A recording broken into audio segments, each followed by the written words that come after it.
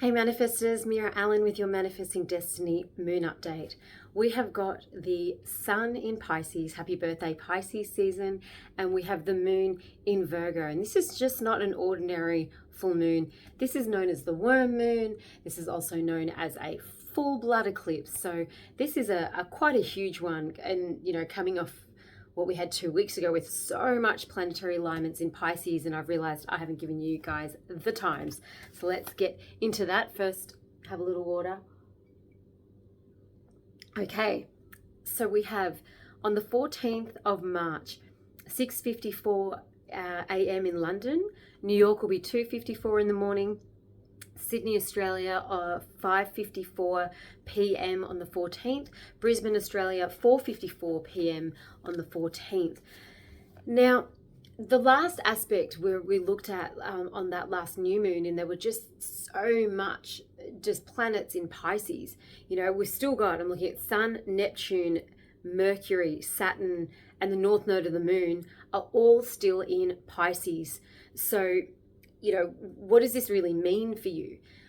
Pisces is the last sign of the zodiac, and it's the most evolved in terms of consciousness and sensitivity and its waters and its feelings. The symbol is the two fish that are circulating and evolving in those cycles of life, the reincarnation, the destined paths, the spiritual evolution, and often the most difficult journey to actually understand, to get to that level of spiritual consciousness.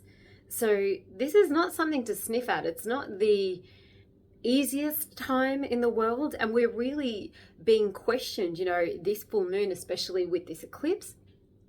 How do we balance those waters, the spiritual, the subconscious, and then the earthly realms where there's getting lost in the details and getting into the mass fear mongering that is going on in the world right now, which is actually the way the darkness can get in, is actually through things that are fear mongering, things that bring on addictions, whether it's drugs, alcohol, so much social media distraction, whether it's addictions to anything from television to mind-numbing things that take us away from the true spiritual consciousness.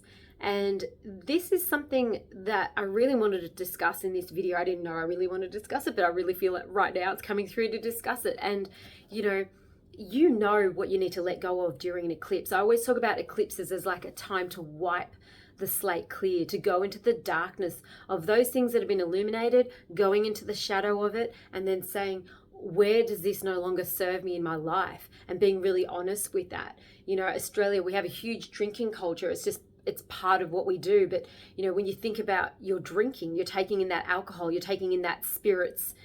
And what is it doing to your actual spirit? What is it doing to your physical form? You've got to look at those things. What does it look like when we're doom scrolling in our phones till all hours, or it's the last thing we look at night? I know I'm definitely someone that does scroll sometimes at night, or gets lost in the phone screen, and I go, what am I doing? And I have to stop that and put on some sort of meditation or do my own practice of my meditation to get myself back into my own clarity. So this particular full moon with this eclipse, really have a look at what it is that's your addictive tendency, your distraction, your darkness or shadow self, that you go, I'm ready to now transform this.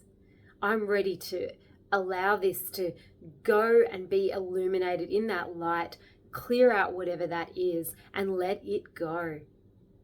So I can be the best version of myself. So I can be a conduit of clarity and light on planet Earth.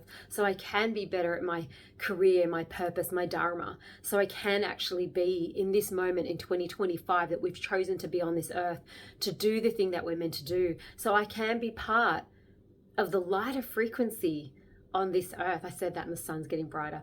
So what is it that's actually your shadow stuff? What is it that's actually the darkness? What is it, the habits? What is it, the patterns of the past? What is it of the trauma? What is it of the people that bring you down? Like, what is it that's actually lowering your frequency and breaking your vibe? Because those are the things that are actually time to be eliminated out of your life. out of your energetic frequency, and to have those boundaries with the self. It's all about discipline.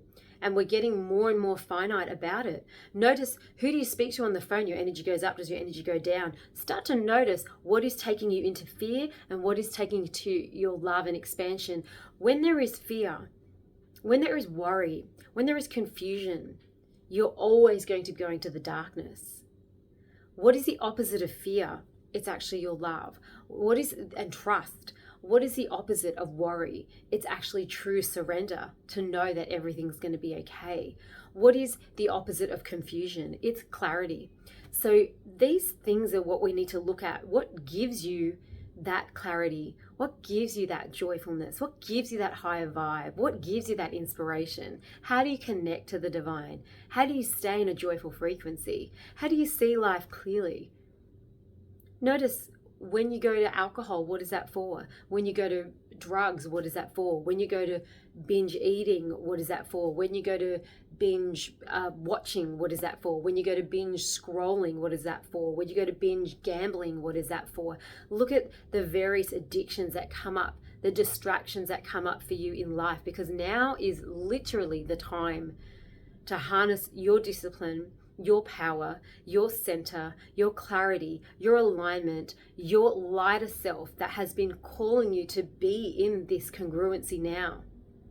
I've had to be so ruthless in so many ways lately to say, no, this is not for my energy. I don't want this in my field, because I want to be in the lighter field. I don't want to have that darkness coming in, because if I let that in, it ricochets to my clients. If I let that in, it ricochets into my day. If I let that in, it goes and it starts to bring that darkness back into my reality, which I do not want to focus on. Because remember, where we put our energy, where we put our attention is what we expand, whether that is alcohol, whether that is food, whether that is whatever it is in the dark. You can actually change that and shift that into the light. It can go into health, it can go into wealth, it can go into your dreams, it can go into your creativity, it can go into your inspiration, it can go towards whatever you believe God, the connection to the divine, is for you, whether it goes into your manifestations, whether it goes into your creative goals, whether it goes into your career goals, whether it goes into your physical goals.